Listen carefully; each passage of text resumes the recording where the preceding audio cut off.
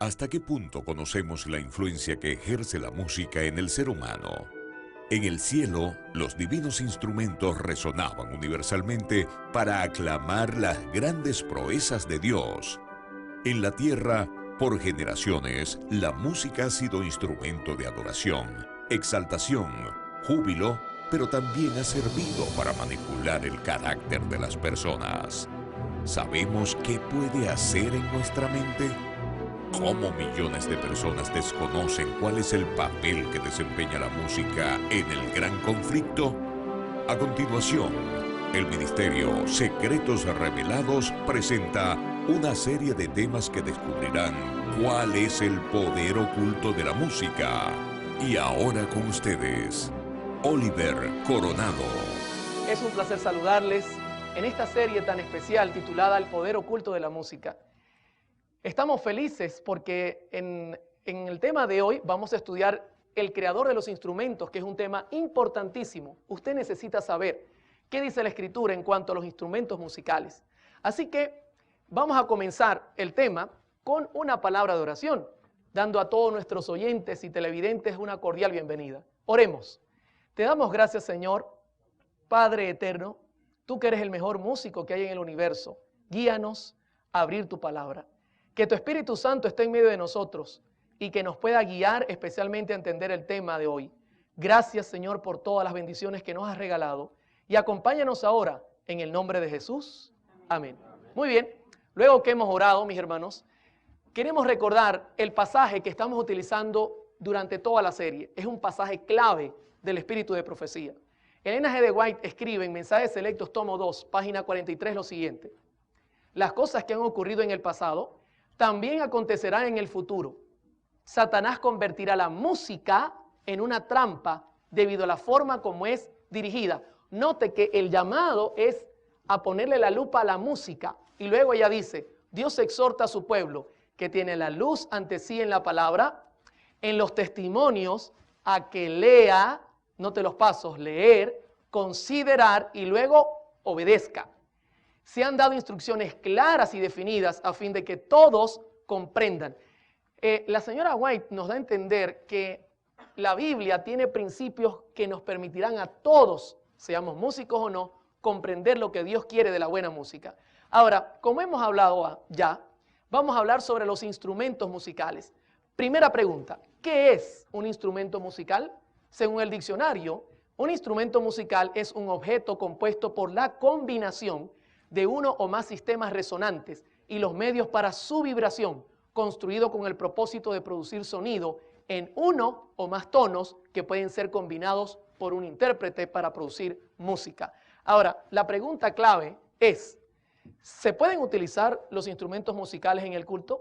La misma señora White responde esta pregunta y ella dice, acompáñese entonces el canto con instrumentos musicales tocados con habilidad. No hemos de oponernos al empleo de instrumentos de música en nuestra obra. El Evangelismo, página 370. Les hago una pregunta. ¿Nos da ella la orden de que podemos usar los instrumentos musicales? Sí, pero ¿cuáles? Mucha gente me dice, hermano, o sea que podemos usar cualquier cosa. Quiero contarle que hay un salmo muy utilizado en el mundo cristiano para tratar de decir que cualquier tipo de instrumento puede ser utilizado en cualquier tipo de lugar. Y es el Salmo 150. Yo estoy seguro que usted lo ha leído alguna vez. El Salmo 150 presenta los instrumentos en general y presenta diferentes lugares donde fueron utilizados, pero la gente mezcla todo y dice, mira, podemos utilizar todos los instrumentos cual sea el lugar. Déjeme darle una clave del Salmo 150. El Salmo 150 presenta 3 lugares o 3 situaciones diferentes. Y luego, en su segunda parte, presenta los instrumentos a ser usados en cada situación. Vamos a comenzar a leerlo para tener idea de lo que estamos hablando. Salmo 151. Alabad a Dios, ¿a dónde? En su santuario, tenemos lugar 1. Alabadlo en la magnificencia de su firmamento, lugar 2. ¿Dónde está el firmamento? Hacia arriba, en el cielo. Y luego dice, alabadlo por sus proezas. Note, otra situación. Alabadlo conforme a la muchedumbre de su grandeza. 3 lugares. El santuario, el firmamento, que está en el cielo, y también sus proezas. Luego que usted lee esto, los siguientes pasajes van a ordenar en dúo cómo se usa cada instrumento, pero no nos va a decir cuál es el lugar que ocupa cada uno. Esto es importante que lo notemos. Dice el versículo 3, alabadlo a son de bocina, alabadlo con salterio y arpa, alabadlo con pandero y danza, con cuerdas y flautas, con címbalos resonantes, con címbalos de júbilo, todo lo que respira alabe a Jehová, aleluya. Si usted nota, hace una lista de instrumentos, pero no le dice cuál es el lugar de cada uno en las tres primeras partes que leímos. El santuario, el firmamento y también las proezas. ¿Dónde irá cada uno? Pues mi hermano, es muy sencillo. Lo que hay que hacer es leer la Biblia. La Biblia tiene información completa sobre cómo fueron usados estos instrumentos. Así que vamos a comenzar en este momento hablando de un principio importante para entender el tema de hoy. En 1 de Corintios, capítulo 10, 23, la Escritura dice, todo me es lícito, pero no todo conviene. Todo me es lícito, pero no todo edifica. Ahora, aquí le voy a hacer a usted una pregunta y quiero que preste mucha atención. Tengo al pastor, que usted lo puede ver a mano izquierda, está vestido con un traje, ¿ok? Está bien vestido. Pregunto, ¿la ropa que tiene el pastor es buena para la iglesia? Sí, está muy bien vestido. Pero a mano derecha tengo a un joven vestido, en Venezuela lo llaman bermudas, un pantalón corto, una franela bien decente, unos zapatos decentes, pero no tiene medias. Le hago una pregunta, ¿el muchacho está mal vestido? No, él está bien vestido, pero ¿conviene ese tipo de indumentaria para la iglesia? No conviene. ¿Se da cuenta el principio que aplica Pablo? Todo me es lícito, pero no todo conviene. El hecho de que él no esté vestido con traje no quiere decir que está mal vestido o que la ropa que tiene es satánica. Esto es importante que lo entendamos a la luz de los instrumentos musicales. Los instrumentos son neutrales, pero no todos convienen en el mismo lugar porque generan información distinta al cerebro. Voy a cambiar la gráfica y ahora vemos una montaña y el pastor está con su traje y el joven ahora está vestido de forma casual. Le hago una pregunta. ¿Quién está mejor vestido ahora para el lugar? El muchacho, porque usted se imagina al pastor subiendo con el traje a la montaña. Bueno, de repente la corbata le puede servir si se resbala y se cuelga de un árbol, ¿verdad que sí? Hermanos, esto es importante, es un principio importante. Todo, ahora entiende cuando Pablo dice todo me es lícito, pero no todo conviene. Todo me es lícito, pero no todo edifica. O sea, cada cosa tiene su lugar y necesariamente no tiene que ser mala para no funcionar. Ahora, entendiendo esto, vamos a comenzar a examinar el Salmo 150. La primera parte nos habla del santuario. Alabadlo en su santuario. Salmo 151. La palabra santuario en hebreo es la palabra kodesh, que significa cosa dedicada o lugar sagrado. Note qué interesante, cosa dedicada o lugar sagrado. Ya eso nos indica que es un lugar especial, muy especial. Cuando usted sigue mirando, la pregunta es ¿por qué es un lugar sagrado? Éxodo 25:8 dice, y harán un santuario para mí y habitaré en medio de ellos. Ahora se da cuenta por qué es sagrado el santuario, porque Dios habitaba en medio y eso lo hacía sagrado, era un lugar muy santo. En Hebreos 8:5, Moisés recibió órdenes de cómo preparar el modelo terrenal de ese santuario, ¿ok? Vamos a leer Hebreos 8:5, los cuales sirven a lo que es figura y sombra de las cosas celestiales, como se le advirtió a Moisés cuando iba a erigir el tabernáculo, diciendo, mira, haz todas las cosas conforme al modelo que se te ha mostrado en el monte. Le hago una pregunta, Dios le dio el modelo del santuario en el monte. Ahí estaba todo, cortinas, cómo iban a hacer los muebles, todo. ¿Y usted cree que en la adoración también le dio un modelo? ¿Será la adoración en el santuario terrenal igual a la del santuario celestial? Por lógica tiene que ser igual, porque Dios allá está en todo momento y también se manifestaba aquí. Entonces, ¿cómo sería la adoración allá? Fíjense que en el evangelismo, página 370, la señora White escribe, la música forma parte del culto de Dios en los atrios del cielo. En nuestros cantos de alabanza debemos intentar acercarnos tanto como sea posible a la armonía de los coros celestiales. Se da cuenta que ella da una orden que tenemos que tratar de ser muy semejantes. Ahora, en la conducción del niño, página 370, hay un pasaje clave y quiero que le preste debida atención a lo que voy a leer. La casa es el santuario ¿para quién?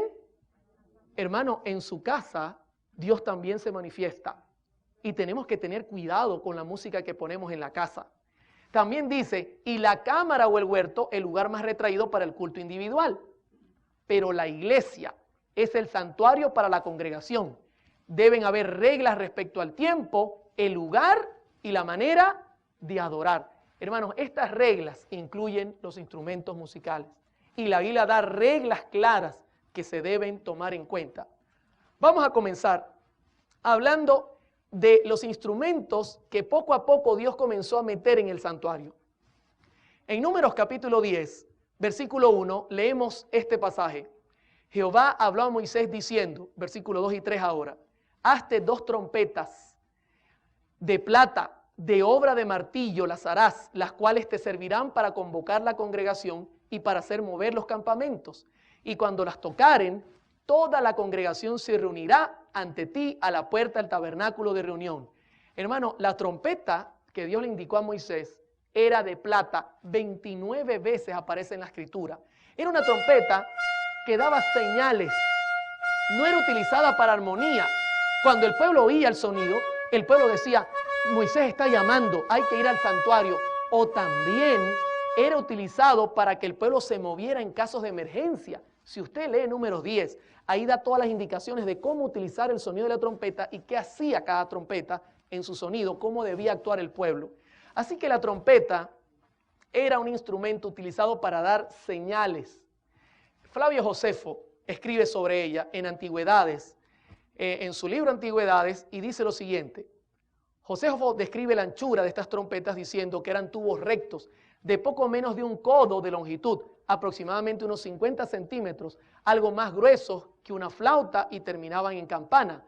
Puesto que carecía de válvulas o llaves, este instrumento tampoco podía producir una melodía. O sea, ella producía solo 3 notas, do, sol o la octava de do arriba. Solamente esas 3 notas. No podía agarrar ahí el levita, para papá. No, eso no se podía hacer. No tenía válvulas. Así que la primera el primer instrumento utilizado fue la trompeta. Pero también quiero hablarles del shofar. En Josué 6:20, la escritura nos habla de qué era el shofar. Dice la escritura, entonces el pueblo gritó y los sacerdotes tocaron las bocinas. Palabra hebrea shofar. Aparece 72 veces en la Biblia, es el instrumento que más aparece en el Antiguo Testamento. Y aconteció que cuando el pueblo hubo oído el sonido de la bocina, gritó con gran vocerío y el muro se derrumbó. El pueblo subió luego a la ciudad, cada uno derecho hacia adelante y la tomaron. Usted puede imaginar la escena. Israel comenzó a darle vueltas a Jericó y vueltas y vueltas. Y cuando llegó a la 7ª vuelta, comenzó a sonar esto.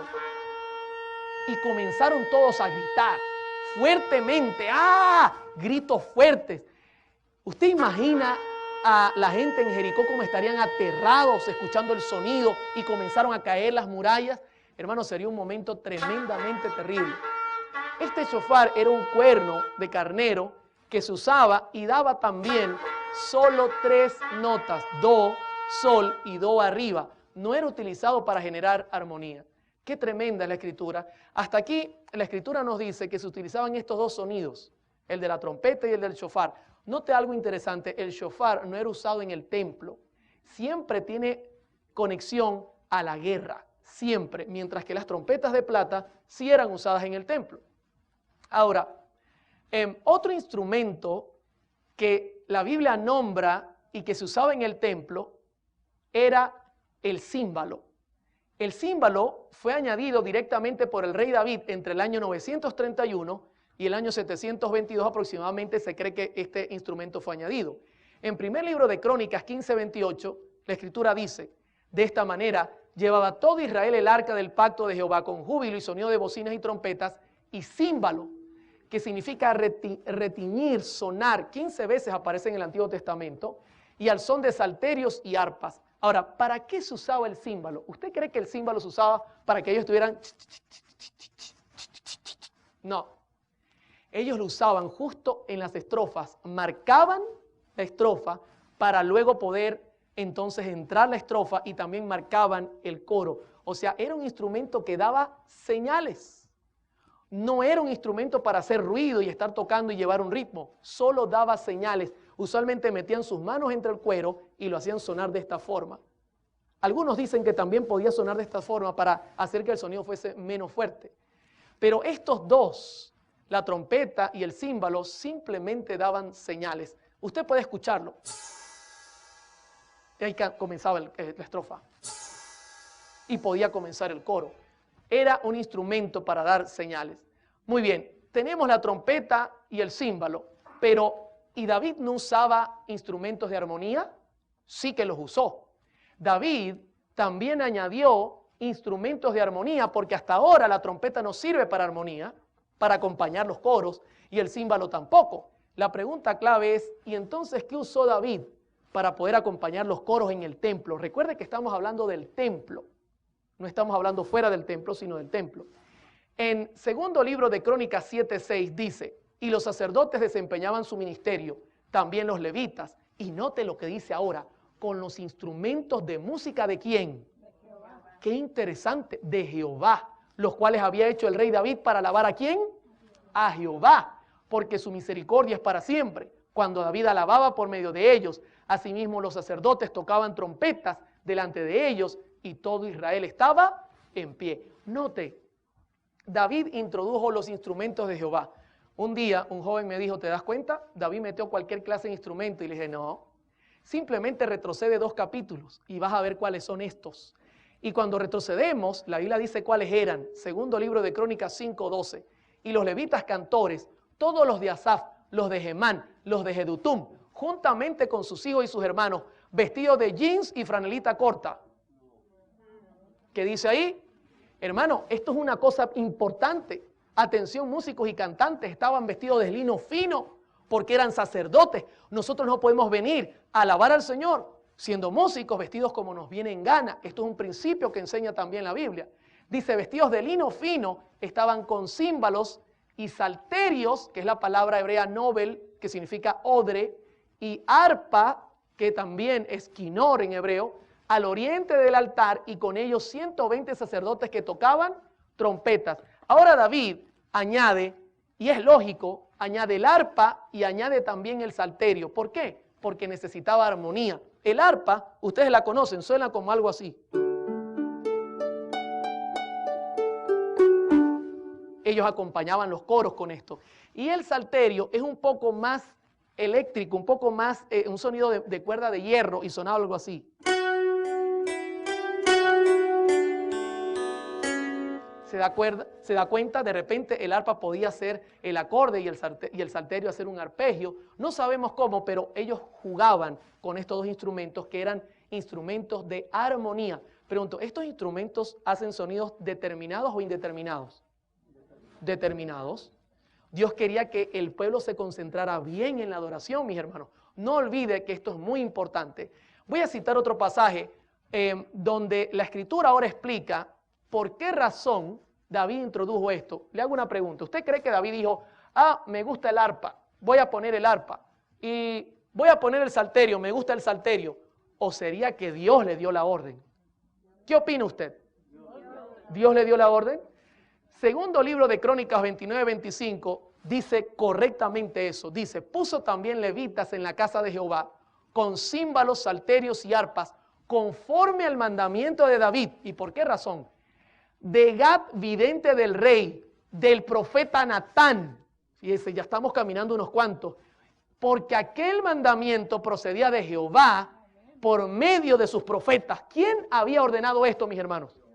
Jehová había dado la orden. Esto no venía por orden humana. Dios quería instrumentos de armonía en su templo, definidos.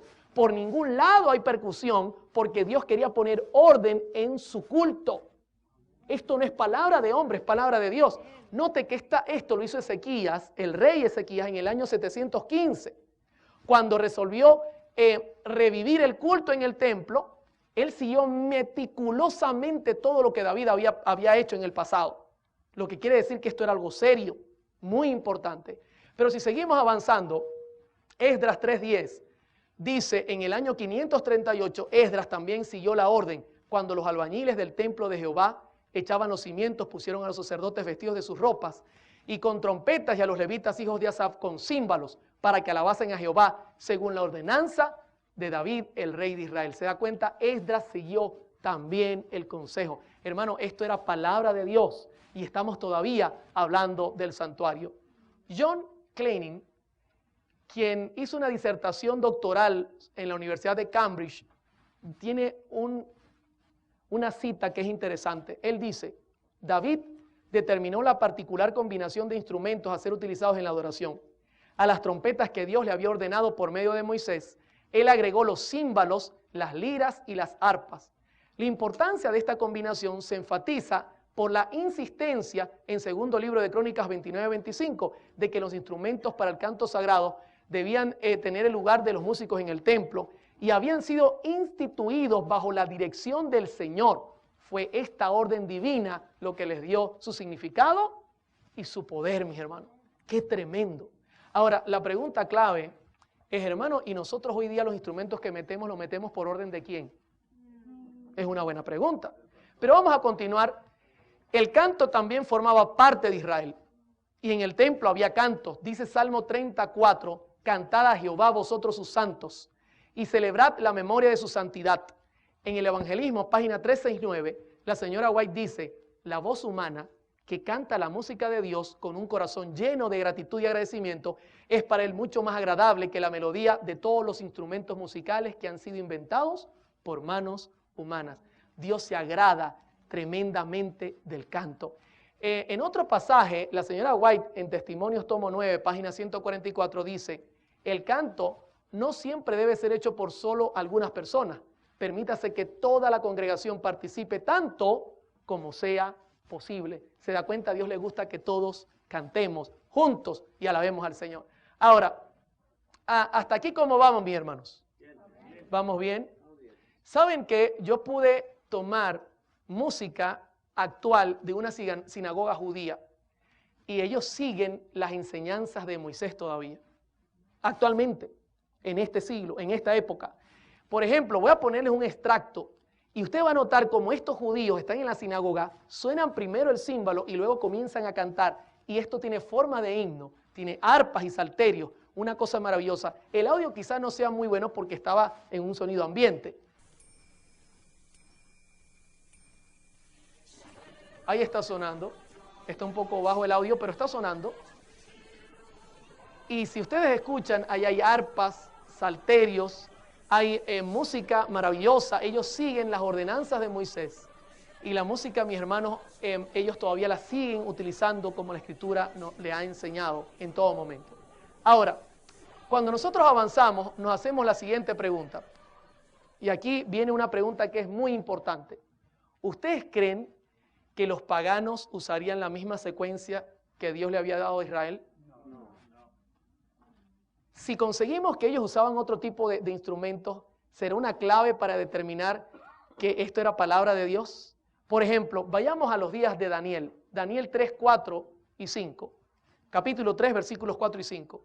Y el pregonero anunciaba en alta voz, mándese a vosotros, oh pueblos, naciones y lenguas, que al oír el son de la bocina, de la flauta, del tamboril, del arpa, del salterio, de la zampoña y de todo instrumento de música, os postréis y adoréis la estatua de oro que el rey Nabucodonosor ha levantado. ¿Cuántos instrumentos están presentes en ese culto? Todos. Y escúcheme bien, en el original hebreo son distintos. Son instrumentos diferentes a los que David había hecho. Imagínense la escena, están los muchachos, la estatua, una orden de muerte, el horno prendido echando candela y de repente suena esta música. Y la gente, no bastaba la presión, sino la gente hipnotizada. Ya la música era diferente, ellos usaban la música para generar emoción. Y no crea que era suave todo el tiempo, esta es música árabe que se usa muy parecida a la que usaba Nabucodonosor. Escuchen. Arrodíllense, si no los voy a matar. la misma música trataba de influenciarlos a estos muchachos para caer postrados. Mi pregunta en este momento es la siguiente. Queridos hermanos, ¿será que nosotros nos estamos arrodillando delante de la estatua de Nabucodonosor hoy día escuchando su música? ¿Qué tipo de música estamos usando para alabar al Señor? ¿La que dice la Biblia o la que la Biblia revela que usaba Nabucodonosor? Yo pudiese hacer ritmos pop sobre la música árabe, porque tiene el mismo principio de violaciones musicales. Ahora, en Éxodo 33, 18, dice la Escritura en el 19, cuando oyó Josué el clamor del pueblo que gritaba, palabra col en hebreo que significa gemía, dijo a Moisés, alarido de pelea y en el campamento. Y respondió Moisés, no es voz de alaridos de fuertes, ni voz de alaridos de débiles, voz de cantar, aullar, es la palabra aná, oigo yo. Ahora, imagínense la escena.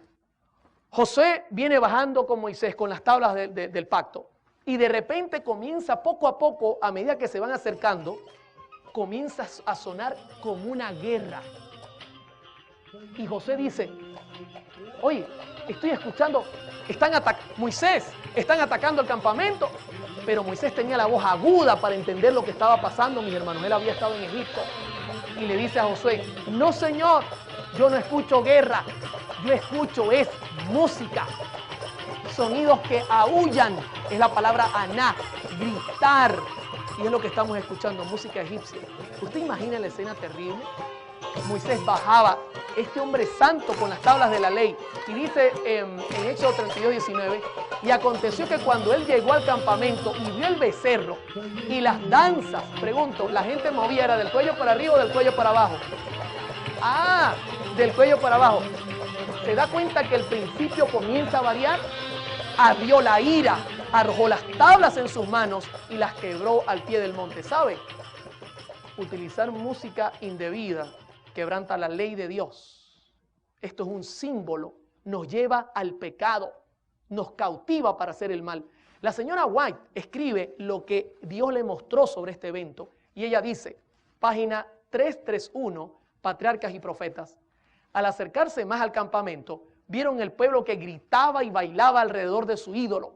Era una escena de libertinaje pagano, una imitación de las fiestas idólatras de Egipto, pero cuán distinta era del solemne y reverente culto de Dios. Moisés quedó anonadado.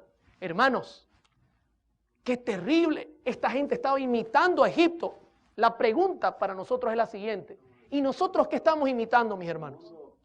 En nuestra música, ¿estamos imitando el culto reverente que presenta la Escritura o estamos imitando el culto del mundo? Es la misma situación. Dice luego ella, si Aarón hubiese tenido valor para sostener lo recto sin importarle las consecuencias, habría podido evitar aquella apostasía. ¿Sobre quién puso Dios la responsabilidad? Escúcheme bien, sobre nosotros los líderes. Hermanos, sobre los líderes de esta iglesia está la responsabilidad de parar este tipo de música que puede dañar a la iglesia. Esto es algo serio. Vamos a mirar este sentido en todas las gráficas. Siempre vamos a mirar que Dios le llama la atención a los líderes. Sobre nosotros está la responsabilidad de hacer los cambios para que el pueblo obedezca. Ahora, ¿hasta aquí cómo vamos? ¿Vamos bien? Muy bien. Hemos visto que en el santuario Dios había puesto reglas importantes. ¿Y qué en el cielo? Pregunta clave. ¿Usted cree que en el cielo los instrumentos por principio bíblico, que son todos de armonía, determinados, ¿usted cree que en el cielo es algo parecido? Por lógica tiene que serlo, porque Moisés hizo un modelo. En el Salmo 151 dice, alabadlo en la magnificencia de su firmamento. Palabra hebrea, raquía, que significa expansión, firmamento. ¿Sabe que en el Salmo 148, versículos 1, 2 y 3, David escribe, alabad a Jehová desde los cielos, alabadlo en las alturas, alabadle vosotros todos sus ángeles, alabadle vosotros todos sus ejércitos, alabadle sol y luna, alabadle vosotras todas sus lucientes estrellas. La pregunta es, ¿y cómo es esa alabanza? Apocalipsis presenta qué tipo de instrumentos se usa en el cielo. Podemos leer Apocalipsis 5:8 y comenzar a mirarlo. Dice, y cuando hubo tomado el libro, los 4 seres vivientes y los 24 ancianos se postraron delante del Cordero, Todos tenían arpas y copas de oro llenas de incienso, que son las oraciones de los santos. ¿Sabe qué es interesante? Este pasaje nos está hablando del momento cuando Jesús ascendió al cielo 50 días después de su resurrección. Y dice que los 24 ancianos y todos los seres vivientes que estaban allí, los ángeles, tomaron ¿qué instrumentos? Arpas. Tomaron arpas. Presentando este tema, una persona me dijo, hermano, eso es simbólico. Todo eso es simbólico. Y le dije, ¿estás seguro que es simbólico? La señora White no dice que es simbólico. Y quiero citar El deseo de toda la gente, página 774, donde ella está hablando del mismo evento. Con gozo inefable, los principados y las potestades reconocen la supremacía del príncipe de la vida. La hueste angélica se postra delante de él, mientras que el alegre clamor llena todos los atrios del cielo. Digno es el Cordero que ha sido inmolado de recibir el poder, la riqueza, la sabiduría, la fortaleza, la honra, la gloria y la bendición. Los cánticos de triunfo se mezclan con la música ¿de qué cosa? De las arpas angelicales, hasta que el cielo parece rebosar de gozo y alabanza. El amor ha vencido, lo que estaba perdido se ha hallado. El cielo se repercute con voces que en armoniosos acentos proclaman bendición y honra y gloria y dominio al que está sentado sobre el trono y al Cordero por los siglos de los siglos. Le pregunto, ¿este pasaje es literal? Sí, y note que tomaron las arpas de Dios para alabar al Señor en el cielo. Pero vamos a continuar mirando otro pasaje. En Apocalipsis 15:2, la Escritura nos habla ahora de los 144,000. Dice, vi también como un mar de vidrio mezclado con fuego, y a los que habían alcanzado la victoria sobre la bestia y su imagen, y su marca, y el número de su nombre en pie sobre el mar de vidrio, ¿con qué cosa? Con las arpas de Dios. ¿Qué van a aportar los 144,000? ¿Será esto simbólico? ¿O estaremos leyendo algo que es correctamente literal? ¿Sabe que la señora White en Dios nos cuida, página 97, presenta la escena y ella dice, vi un gran número de ángeles que traían de la ciudad gloriosas coronas, una corona para cada santo con su nombre escrito encima. Cuando Jesús pedía las coronas, los ángeles se la presentaban y con su propia mano derecha el amante Salvador las colocaba sobre las cabezas de los santos. Del mismo modo los ángeles trajeron arpas y Jesús se las entregó a los santos. Los ángeles directores dieron primeramente la nota y entonces todas las voces se elevaron en agradecida y alegre alabanza y todas las manos pulsaron hábilmente las cuerdas de las arpas, arrancando de ellas una música melodiosa de tonos ricos y perfectos. ¡Qué tremendo, mis hermanos! ¿Se da cuenta? Mire, ¿sabe una cosa? Yo no sé tocar arpa, pero en el cielo voy a saber. Dios va a colocar el chip con la información necesaria para conocerme todas las notas. Y cuando el ángel me dé el tono, yo voy a acompañarlo. ¡Qué maravilloso! Pero ¿se da cuenta que lo que ocurre en el cielo es lo mismo que Moisés recibió como modelo? ¿Y qué de la trompeta? ¿Con qué voz viene el Señor del cielo, mis hermanos? Con voz de trompeta. En 1 Tesalonicenses 4:16 dice, porque el Señor mismo, con voz de mando, con voz de arcángel y con trompeta de Dios, descenderá del cielo y los muertos en Cristo resucitarán primero. ¿Sabe? La señora White dice, en Maranata, el Señor viene, página 287, al vislumbrarse a la distancia parecía muy pequeña. El ángel dijo que era la señal del Hijo del Hombre. Cuando se acercó a la tierra, pudimos contemplar la excelsa gloria y la majestad de Jesús al avanzar como vencedor. Sus cabellos blancos y rizados le caían sobre los hombros y llevaba muchas coronas en la cabeza. Sus pies parecían de fuego, en la mano derecha tenía una hoz aguda y en la izquierda llevaba una trompeta de plata. ¡Qué interesante! Es la misma secuencia que conseguimos en la Escritura. Ahora, usted me dirá, hermano Oliver, pero hoy día, ¿cómo poder nosotros alabar al Señor con arpas y salterios? Simplemente hay que actualizar el instrumento. Por ejemplo, ¿con qué usted compararía un caballo en este siglo, en este año? ¿Con un carro? ¿Un caballo con un carro? ¿O una carroza con un carro? En los días de Moisés, un caballo equivaldría hoy día ¿a qué cosa? ¿A una moto? ¿Cuántos están conmigo que es una moto? Sí. Y en los días de Moisés, una carroza sería compatible hoy día ¿con qué? ¿Con un carro? Sí. Entonces, ¿cómo compararíamos nosotros estos instrumentos musicales? Hermanos, el principio es claro. Por ejemplo, mucha gente dice, y yo creo que es así, que el salterio ha evolucionado a lo que hoy día es el piano. Si tenemos un piano en la iglesia no habría ningún problema, es un instrumento de armonía, pero por ejemplo, ¿yo pudiese sustituir el salterio por un tambor? No. ¿Por qué no? Porque es un instrumento indeterminado, ¿se da cuenta la diferencia? Tuc, tuc, tuc, tuc, es diferente a hacer acordes. Esta es la manera que tenemos que nosotros interpretar todas estas cosas, mis hermanos, para mantener el orden que Dios ha establecido. ¿Cómo vamos hasta acá? ¿Estamos viendo las maravillas de Dios? Pero ¿sabe una cosa? Aún nos resta estudiar las proezas y su grandeza. En el Salmo 152 dice, alabadlo por sus proezas, conforme a la muchedumbre de sus grandezas. Ya hemos estudiado acerca del arpa, del salterio, la trompeta, hemos estudiado acerca del shofar, hemos visto el címbalo, hemos visto que en el cielo se usan instrumentos parecidos, pero ¿y qué en las cosas seculares? Aquí es donde vamos. Por ejemplo, el Salmo 150 dice que hay que alabarlo con pandero, danza, con cuerdas y flautas. ¿Dónde se usaba el pandero, la danza, las cuerdas y las flautas? Pues hay que ir a la Biblia. El Salmo 150 dice alabadlo con pandero, palabra hebrea que significa o dice tof, y danza con cuerdas y flautas. El pandero, usted lo puede mirar en pantalla, era un instrumento que se tocaba, tenía como unas castañuelas o metales y daba unos golpecitos, marcaban el ritmo y el tiempo y a veces tenía sonidos un poco más graves, pero era un tamborcillo de mano. Hermano, ¿sabe qué? Para sorpresa de muchos, en la Biblia no se usa la palabra tambor. En los 66 libros no aparece tambor. Lo más parecido es tof, tamborcillo de mano. ¿Y dónde se usaba el tof? En Éxodo 15, 20, la Biblia dice que se usaba en victorias militares. Y María la profetisa, hermana de Aarón, tomó un pandero en su mano y todas las mujeres salieron en pos de ella con panderos y danzas. ¿Recuerdan? Pasaron el mar y agarraron los panderos. Pregunto, ¿era dentro del templo o fuera del templo? Fuera del templo. ¿Se da cuenta el principio bíblico? Es claro, Dios no quería en el templo panderos. Fuera del templo no había ningún inconveniente, todo me es lícito, pero no todo conviene. Ahora, ¿recuerda cuando también David venció al gigante en primer libro de Samuel 18:6? Aconteció que cuando volvían ellos, cuando David volvió de matar al filisteo, salieron las mujeres de todas las ciudades de Israel cantando y danzando para recibir al rey Saúl con panderos, con cánticos de alegría y con instrumentos de música. ¿Se da cuenta? Nuevamente los panderos, ¿dónde? ¿Fuera o dentro del templo? Fuera.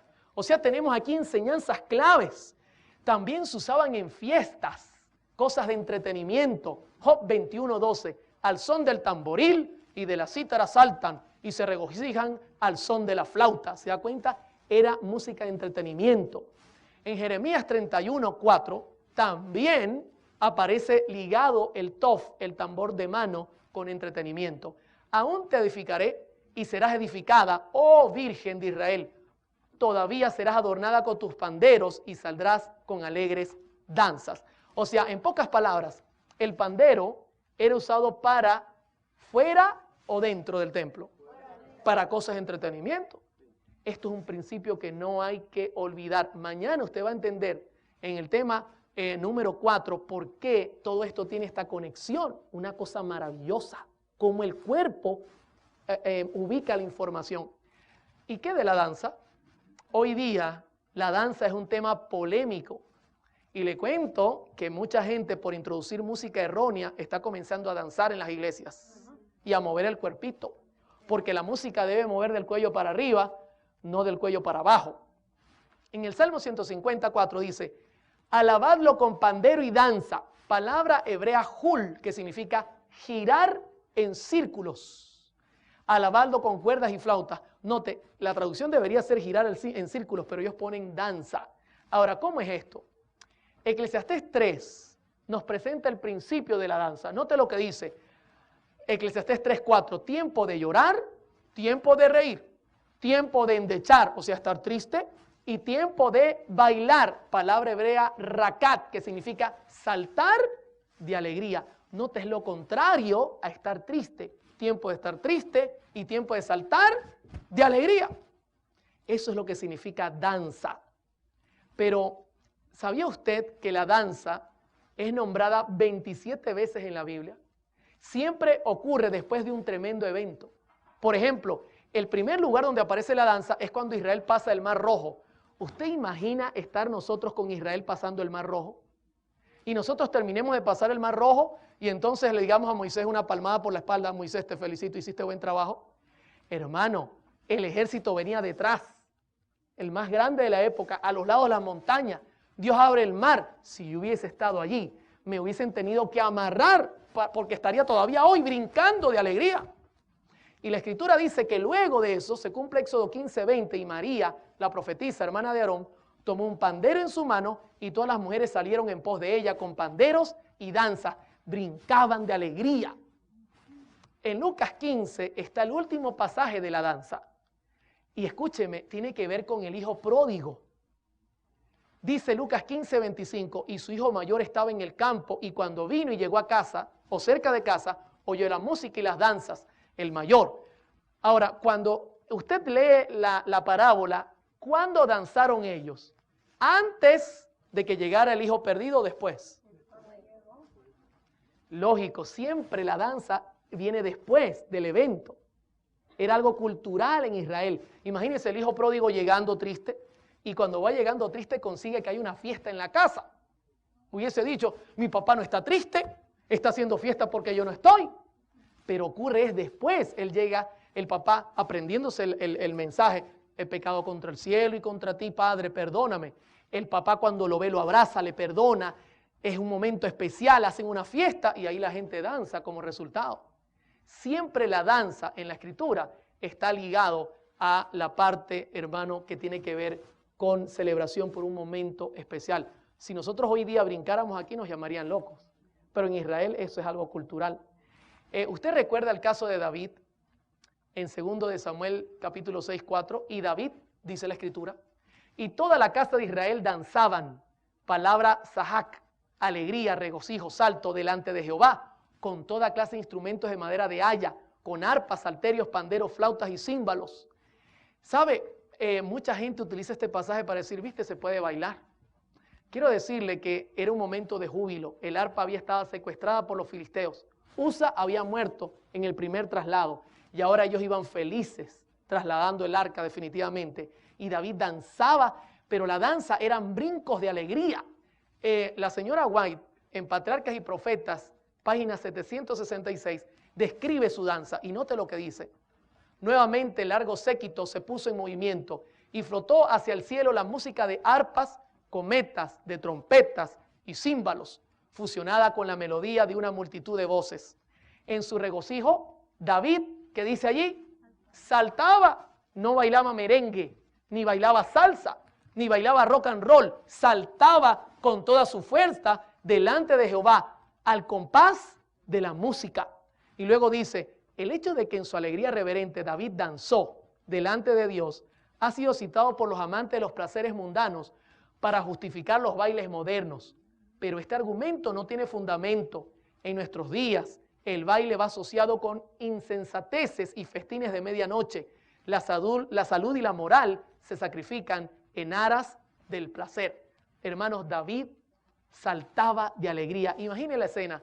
Yo para esto he incorporado el himno de Israel. Imagínense esta música de fondo, que es la que ella más o menos describe.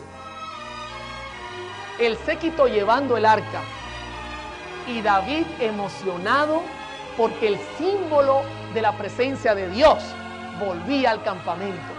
Qué momento tan especial, mis hermanos. Yo imagino los brincos de alegría, el festín del pueblo.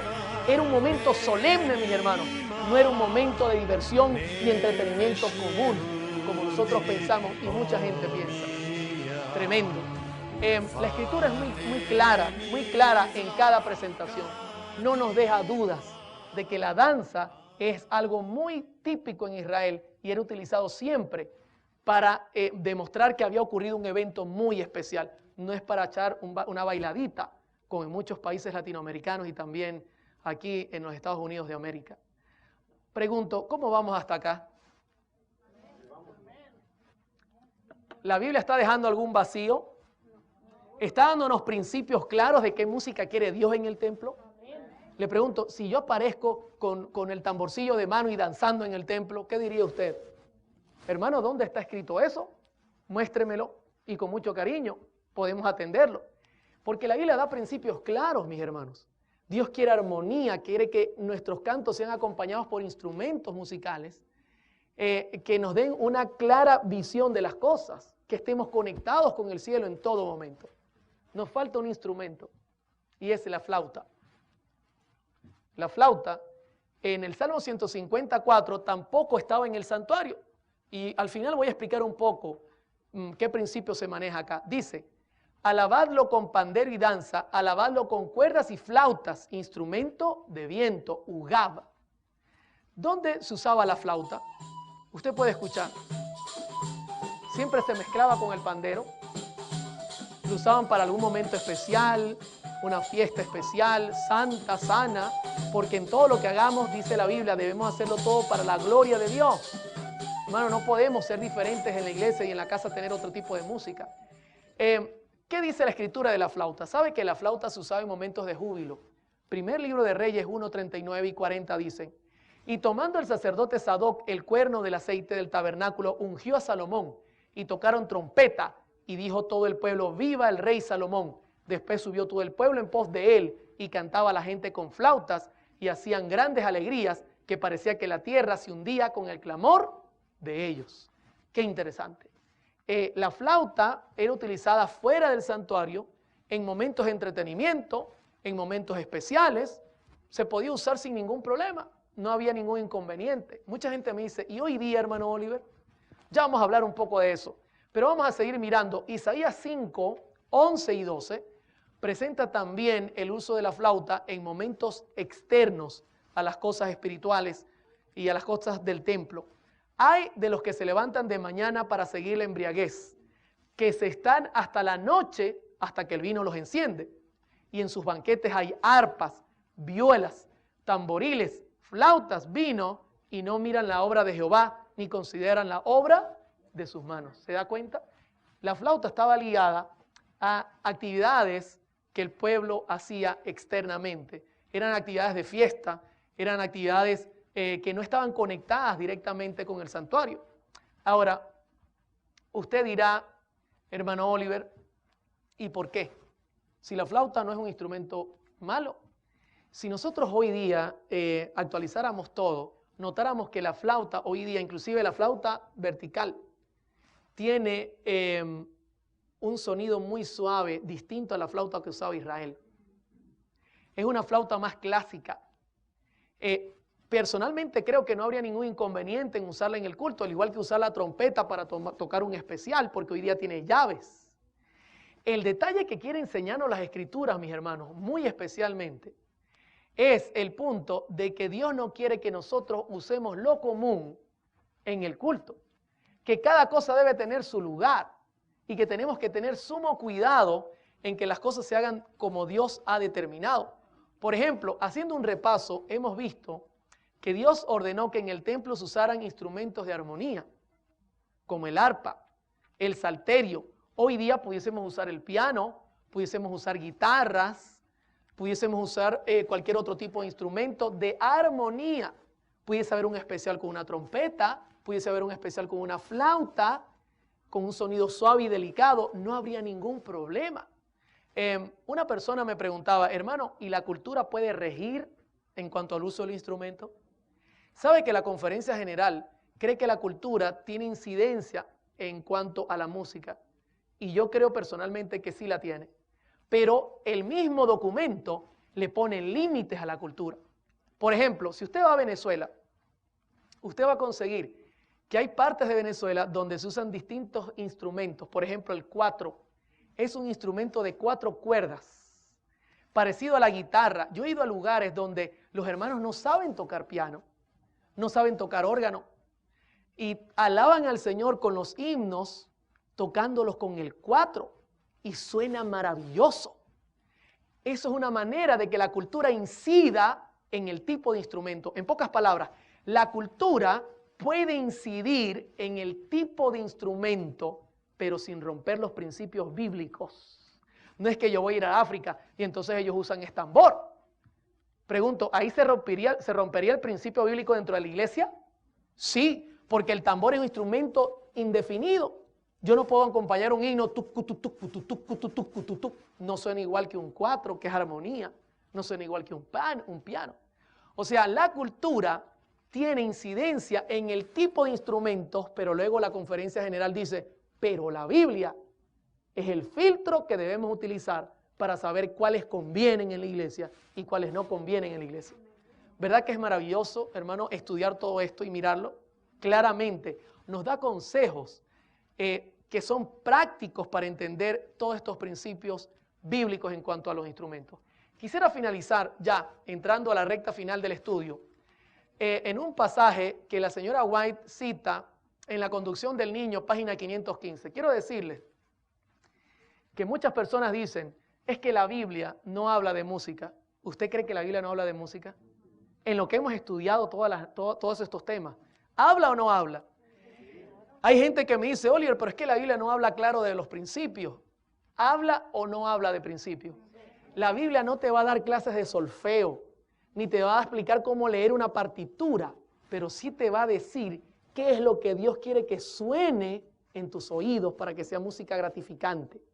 Entonces, no podemos nosotros aceptar este tipo de argumentos, hermano, decir, no, es que la Biblia no da principios, sí que los tiene. Más de 500 pasajes hablan de la música, de qué debemos oír y cómo debemos oírlo. Jesús en varias oportunidades dijo, cuidado con lo que oís, y tenemos que tomarlo en cuenta.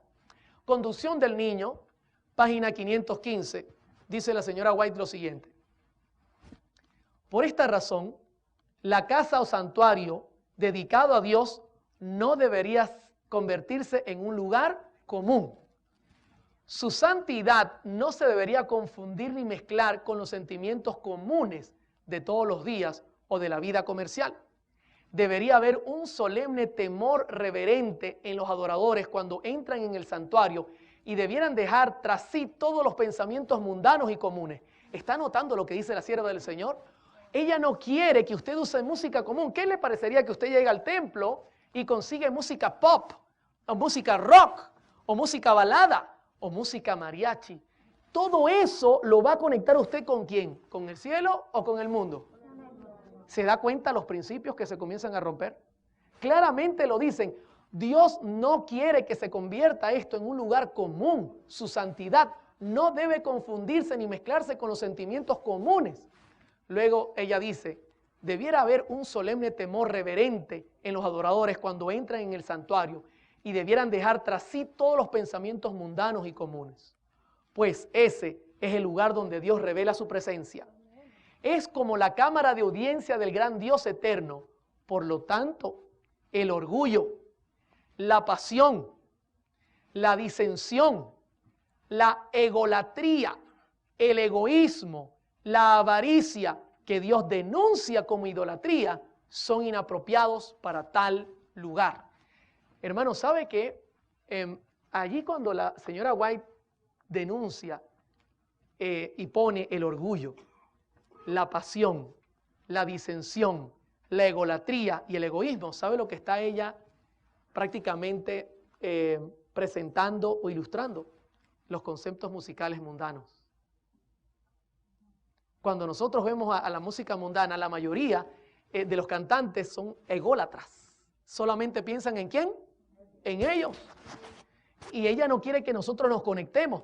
Quiero compartir con ustedes, una vez este servidor estaba tocando y cantando en un culto.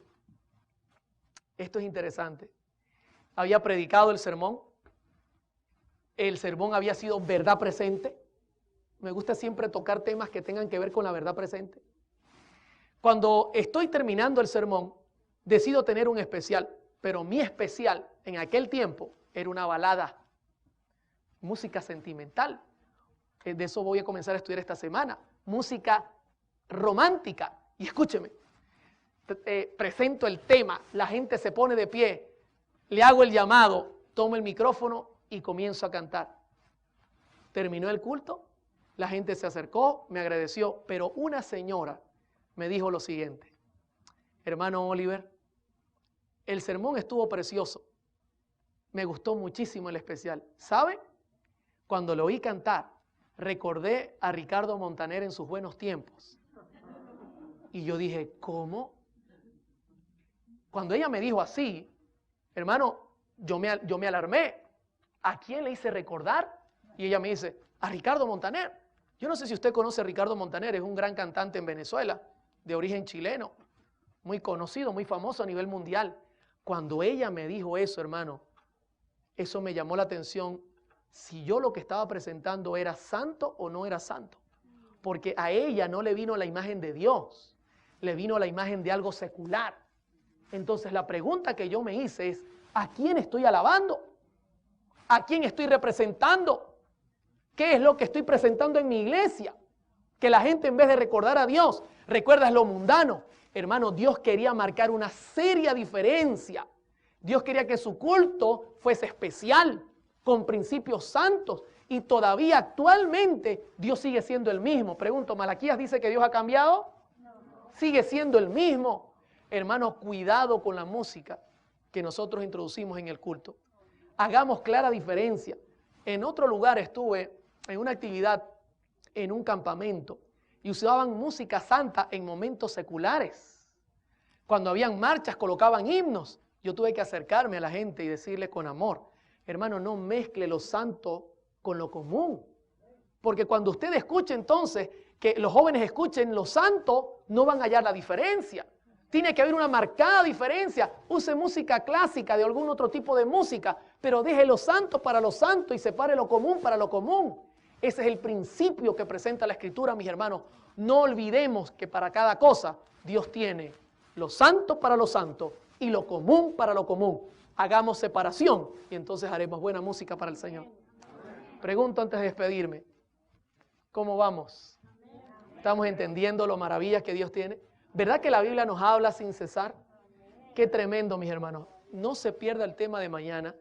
Mañana vamos a armar un candado. Usted se va a dar cuenta por qué todos estos principios son avalados también por la ciencia. Mañana tendremos un concierto.